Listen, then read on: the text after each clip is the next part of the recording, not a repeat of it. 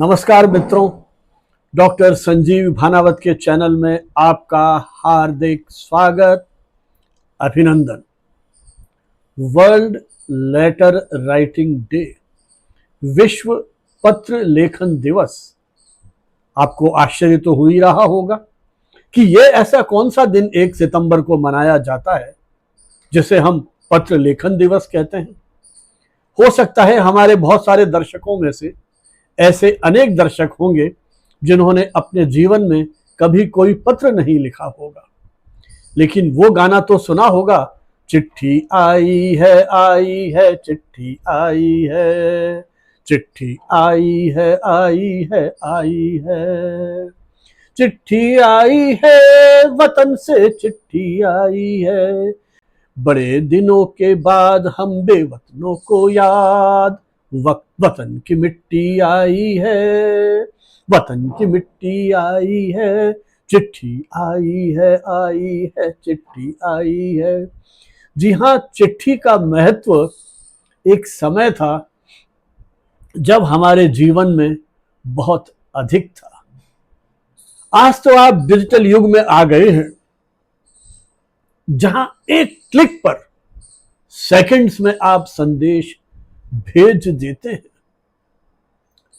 लेकिन वो फिल्मी गाना भी तो याद होगा, डाकिया डाक लाया डाकिया डाक लाया, डाक लाया डाक लाया डाकिया डाक लाया, खुशी का पैगाम लाया कभी दर्दनाक लाया, डाकिया डाक लाया डाकिया डाक लाया। ये वो डाकिया ही तो था, वो पोस्टमैन ही तो था जो हमारे जीवन का एक अभिन्न हिस्सा बन गया था। कितनी आतुरता से हम प्रतीक्षा करते थे अपने परिजनों की, अपने दोस्तों के खतों की, पिता पुत्र के, पुत्र पे माता पिता के, प्रेमी प्रेमिका के, प्रेमिका प्रेमी के। न जाने ऐसे कितने रिश्ते थे जो पत्रों के इन डोर से बंधे हुए थे। और गांवों में जहां लोग पढ़ना नहीं जानते थे, वहां तो डाकिया ही उनके लिए सब कुछ था, जो पत्र पढ़ करके भी सुनाता था। मित्रों, क्या आपको कभी याद है कि आपने आखिरी बार पत्र कब लिखा था? शायद एक अरसा बीत गया होगा। इस डिजिटल दौर में हस्तलिखित चिट्ठियां एक भूली बिसरी याद हो गई है। लेकिन इस एहसास को बनाए रखने के लिए, इस एहसास को जीवंत बनाए रखने के लिए ही तो 1 सितंबर को दुनिया भर में पत्र लेखन दिवस मनाने की परंपरा को शुरू किया गया। तो आइए कागज और कलम उठाएं और अपने आत्मीय जनों को पत्र लिखने के लिए प्रेरित हों और एक बार फिर हम हमारी उस संवेदना और भावुक परंपरा को फिर से शुरू करें। आइए इतिहास पर नजर दौड़ाते हैं। सदियों से दूर दराज के क्षेत्रों में रहने वाले लोगों के पास संवाद का कौन सा साधन था? प्राचीन सभ्यताओं की ओर जब हम नजर दौड़ाते हैं तो मेसोपोटामिया की मिट्टी से वहां की कुछ तख्तियां ऐसी मिली हैं जहां मोम से सील की गई चिट्ठियां हमें प्राप्त हुई हैं, जो प्रेम, विभिन्न प्रकार के समाचार, सूचनाएं और जीवन से संबंधित महत्वपूर्ण बातों को एक दूसरे तक पहुंचाने का प्रयास करते थे। ऐसे परिवार जो समुद्र और महाद्वीपों में बटे हुए थे, पत्र ही तो रिश्तों का एक सहारा था। यह वह माध्यम था जो प्रेमियों के गुप्त संदेशों को भी पहुंचा देता था। विश्व पत्र लेखन की परंपरा को शुरू करने का श्रेय एक ऑस्ट्रेलियन नागरिक को दिया जाता है। वो एक लेखक थे, एक कलाकार थे, एक फोटोग्राफर थे, जिनका नाम था रिचर्ड सिम्पकिन। रिचर्ड सिम्पकिन को हाथ से पत्र लिखने में बड़े आनंद की अनुभूति होती थी, बड़े उत्साहित होते थे, प्रेरित होते थे। और 1990 के दशक के अंत में सिम्पकिन ने ऑस्ट्रेलिया की जो प्रमुख सेलिब्रिटीज थी प्रमुख व्यक्तित्व थे, उनको हाथ से पत्र लिखना शुरू किया। और देखिए उनके लिए कितने सुखद और चमत्कारिक वे क्षण थे जब उन्हें उन व्यक्तियों से, उन सेलिब्रिटीज से उनके हाथ से लिखे हुए पत्र और उसके साथ उनके हस्ताक्षर किए हुए पत्र भी मिलने लगे। तो उनके पास ऐसे पत्रों का एक अद्भुत खजाना इकट्ठा हो गया। वो बहुत अधिक उत्साहित थे, प्रसन्न थे, आह्लादित थे। उन्होंने 2005 में एक पुस्तक प्रकाशित कर दी, उन्हीं पत्रों को आधार बनाकर, ऑस्ट्रेलियन लीजेंड्स नाम से। और अपने जुनून, अपने उत्साह, उमंग को आम आदमी के साथ बांटने के लिए उन्होंने 2014 में पत्र लेखन की नींव डाली, पत्र लेखन की इस परंपरा को शुरू करने का आह्वान किया। 1 सितंबर 2014 से शुरू हुई यह यात्रा धीरे धीरे आगे बढ़ती चली गई। सिमकिन ने विभिन्न स्कूलों, कॉलेजेस में कार्यशालाएं आयोजित की और लोगों को प्रेरित किया कि वे स्वयं पत्र लिखें। देखिए, जब हम पत्र लिखते हैं तो अपनी सारी भाव चेतना को केंद्रित करते हुए कहीं कुछ सोचते हैं, चिंतन मनन करते हैं। देखिए, शुरू का संबोधन पिताजी को लिख रहे हैं, पूज्य पिताजी। छोटे भाई बहनों को प्रिय बहना, प्रिय भैया आदि संबोधनों से हम पत्र को शुरू करते थे और उस पत्र में हम अपनी भावनाओं को किस तरह से उड़ेल देते थे। हमारा छोटा भाई या बड़ा भाई जो हजारों मील दूर कहीं बैठ के अपना अध्ययन कर रहा है या नौकरी कर रहा है, उसके हालचाल जानने की उत्सुकता, उसकी खोज खबर लेने की चाह, उसकी जो एक तरह से उसका जो अभाव है, फिजिकल प्रेजेंस उसकी उस घर में नहीं है, कहीं दूर बैठा है, उसकी स्मृतियां कैसे उन्हें भाव विहल कर देती हैं। आप कल्पना कर सकते होंगे कि पत्र लिखने में किस तरह से भावनाएं उमड़ती घुमड़ती थी। बड़ों को प्रणाम, छोटों को प्यार, परिवार में सभी को यथा योग्य, आदि आदि न जाने कितनी तरह की अभिव्यक्तियां उस दौर में चलती थी। इस पत्र को तार समझना, जल्दी घर आना, जल्दी पत्र का उत्तर देना और फिर उस उत्तर की प्रतीक्षा में हम पोस्टमैन का इंतजार करते रहते थे। जब पोस्टमैन के आने का समय होता था, घर के बाहर अंदर चक्कर काटते थे। कितनी तरह के लिफाफे हमने बनाए। जब सामान्य पत्र लिखना होता था तो वो 10 पैसे का, 15 पैसे का पोस्ट कार्ड का उपयोग हम करते थे। और जब बजट में उस पोस्ट कार्ड की कीमत बढ़ती थी तो सरकार की आलोचना भी होती थी कि ये पत्र तो आम आदमी के संदेशों का सशक्त माध्यम है, इसकी कीमत बढ़ा दी। फिर आपको कुछ और ज्यादा लिखना होता था तो आता था अंतर्देशीय पत्र या इनलैंड लेटर।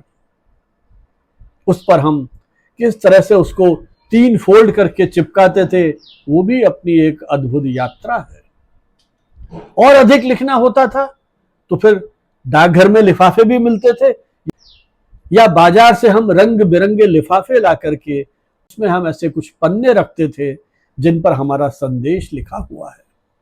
कभी कभी उसमें हम फूल रख देते थे, छोटा सा कोई ऐसा उपहार रख देते थे, वो भी एक अमिट यादों का सिलसिला बन जाता था। तो देखा आपने, पत्र लेखन की यह परंपरा कितनी भावुक थी, कितना उसके अंदर एक आत्मीयता का भाव था। यह पत्र लेखन हमें एक निजता के साथ जोड़ता था।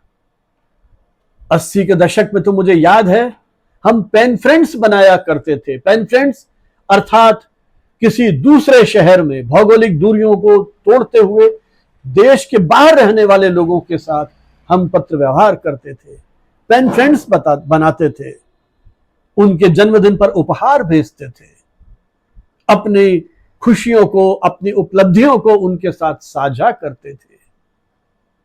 मुझे याद है ऐसी पत्रिकाएं निकलती थी जहां हम अपना फोटो भेजते थे, अपना एड्रेस भेजते थे और उसको छपवाते थे, इसलिए ताकि दूसरे लोग जो हमारी अभिरुचियां हैं उनके आधार पर हमें ढूंढें और हम उनको ढूंढें और पत्र व्यवहार का सिलसिला शुरू करें।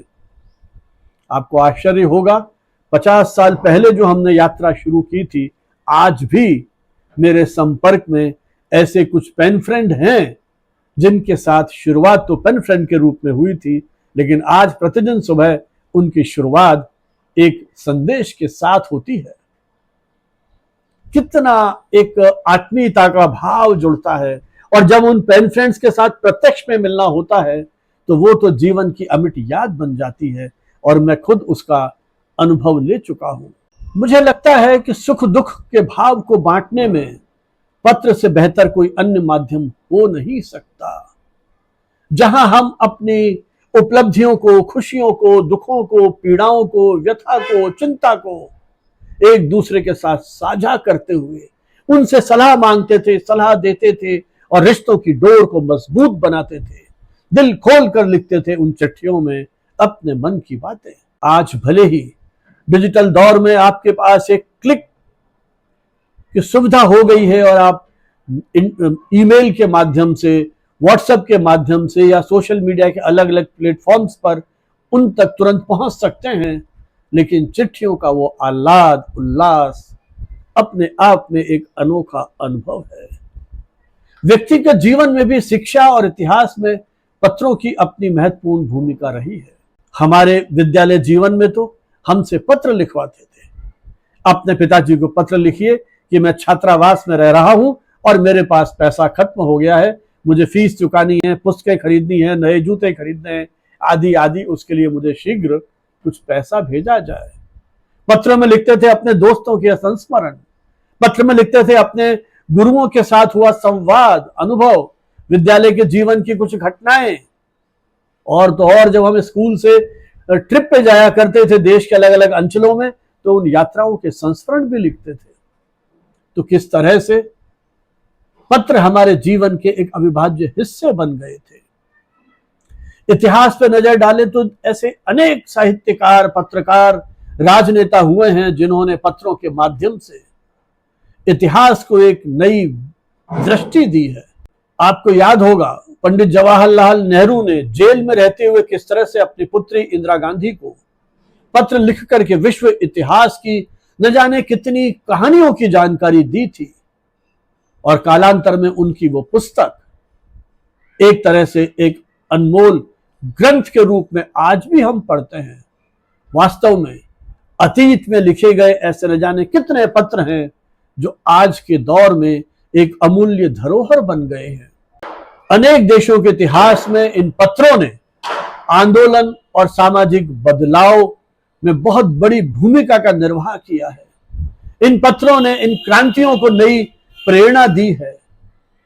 महिला आजादी से लेकर के राजनीतिक और कूटनीतिक रिश्तों को मजबूत बनाया है, और इन्हीं में जीवित रह जाने कितनी प्रेम कहानियां जिनको आज भी हम पढ़ते हैं, उन पर आलोचनात्मक टिप्पणियां करते हैं। पत्र लिखना अपने आप में एक कला होती थी। आपकी हस्तलिपि कैसी है? कई बार तो आपकी सुंदर हस्तलिपि या कैलीग्राफी के जरिए लिखे गए आपके पत्र कितना एक खूबसूरत एहसास पैदा कर देते थे। विक्टोरियल दौर में पत्रों को एक खास अंदाज में मोड़कर उस पर एक मोम की सील लगाई जाती थी ताकि उनकी गोपनीयता बरकरार रहे और दिखने में भी वो आकर्षक लगे। पत्र लिखते समय हर शब्द को हम सोच समझकर चुनते हैं। हर शब्द की अपनी एक आत्मा है, हर शब्द का अपना एक अस्तित्व है, हर शब्द का अपना एक इतिहास है, हर शब्द का अपना एक अर्थ है। यही कारण है कि पत्र लिखते समय एक एक शब्द पर हम चिंतन मनन और सोच समझ कर लिखते थे। आज तो ये तकनीकी माध्यम, डिजिटल मीडिया आपको आगे से आगे सजेशन देता चलता है, लेकिन वो पत्र लेखन ऐसा लगता था कि हमें कोई थेरेपी का अनुभव करा रहा है, एक संतुष्टि का भाव हमको रहता था। शब्दों के चयन में हम एक विशेष सावधानी बरतते थे, क्योंकि हमें उस बात का एहसास था कि हमारा एक एक शब्द उसका अपना एक विशिष्ट प्रभाव होगा।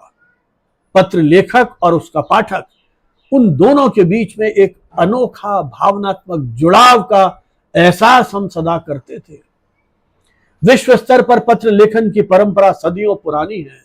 प्राचीन मिस्र, यूनान, रोम समेत दुनिया की जो प्रारंभिक सभ्यताएं थी, उनमें लोग पत्र लिखने के लिए धातु, पेड़ की छाल, मोम लेपित लकड़ी, चमड़े, पेपेरिस जाने जाने कितनी तरह की सामग्रियों का उपयोग करते थे। ऐसा माना जाता है कि दुनिया का सबसे पहला हस्तलिखित पत्र करीब 500 ईसा पूर्व फारस की रानी एंटासा ने लिखा था। युद्ध काल में 17वीं और 18वीं शताब्दी में पत्र लेखन एक कला और साहित्य की विधा के रूप में समझा जाने लगा।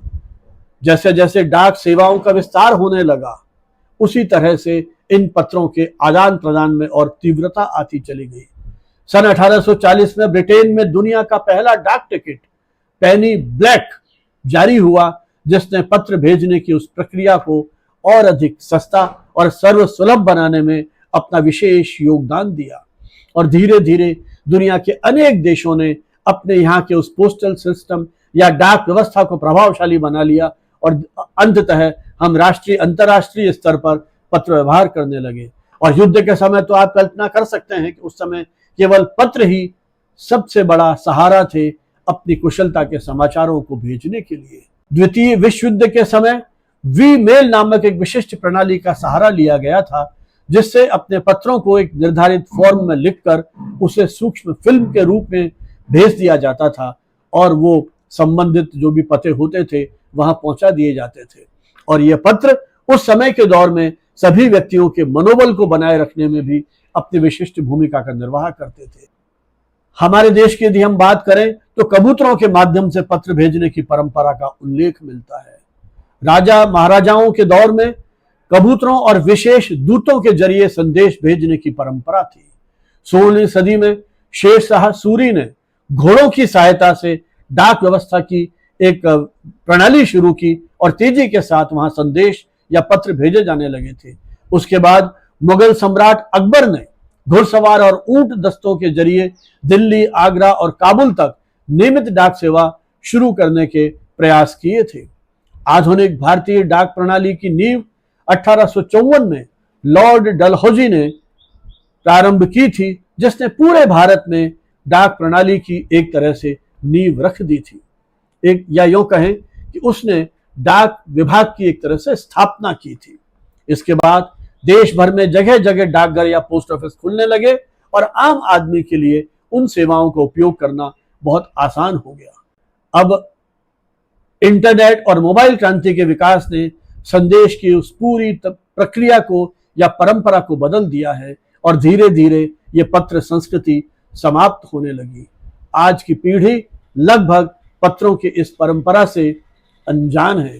विशेषकर स्कूल और कॉलेज में पढ़ने वाले युवक युवतियां, वो शायद इस एहसासों का कभी अनुभव नहीं कर पाए या अब कर पाएंगे यदि हमने इस परंपरा को पुनर्जीवित करने के लिए कोई प्रयत्न नहीं किए। विश्व पत्र लेखन दिवस एक अवसर देता है कि हम अपनी उस खोई हुई परंपरा को, उस खोई हुई विस्मृत होती हुई कला को, उन एहसासों को, उन संवेदनाओं को जीवंत बनाने के लिए अपनी उन यादों को कागज पर उतारें। कलम और कागज, इनकी खुशबू, इनका एहसास अपने आप में कहीं रोमांच पैदा करता है। तो क्यों नहीं हम 1 सितंबर को अपने किसी प्रियजन को, अपने किसी प्रिय दोस्त को एक पत्र लिखें। प्यार भरी आपकी उन बातों से जब वो पत्र में उसको पाएगा तो आश्चर्यचकित होकर के निश्चय ही उसके चेहरे पर एक मुस्कुराहट आ जाएगी। और यही तो हम चाहते हैं, हर चेहरे पर मुस्कान और मुस्कुराहट देखना। एक अपने आत्मीय को लिखा हुआ खत, वो रिश्तों की गर्माहट और उसकी खुशबू का जो एहसास दिलाएगी, वो आपका डिजिटल माध्यम शायद नहीं दे पाएगा। डाक व्यवस्था की कहानी जितनी रोचक है, पत्र परंपरा भी उतनी ही रोचक और प्रभावी है। और फिर पत्र के उत्तर पाने का इंतजार, वो एक अलग तरह का एहसास है। ये पत्र ही तो हैं जिनको हम अभी तक संभाल के रखते हैं, अपने मित्रों के वो महत्वपूर्ण पत्र जिनमें हमारे परिवार का अपने समय का इतिहास संजोया हुआ है। कई मित्रों ने तो उन पत्रों को पुस्तक रूप में प्रकाशित कर दिया है, क्योंकि ये चिट्ठियां, ये पत्र मुझे लगता है हमारी यादों का एक ऐसा खजाना है जिनमें वो भावनाएं, वो रिश्ते, वो जो हस्तलिपि है, जो हैंड राइटिंग है हमारे माता पिता, पुत्र पुत्री, भाई बहन, पति पत्नी, प्रेमी प्रेमिका, जिनकी आप बात करें, उस हस्तलिपि के उन शब्दों में जो गहराई है, जो समझ है, जो शब्दों का उसमें जो एक आत्मीय भाव है, वो सिर्फ आप एहसास कर सकते हैं। शब्दों में प्रकट करना उन्हें बहुत मुश्किल है। आइए हम सब मिलकर के उस पत्र लेखन के उस जादू को एक बार फिर जीवित करते हैं। हम उस आत्मीय माहौल को वापस लेकर के आते हैं जिसे हमने कहीं इस डिजिटल दुनिया में खो दिया है, भुला दिया है।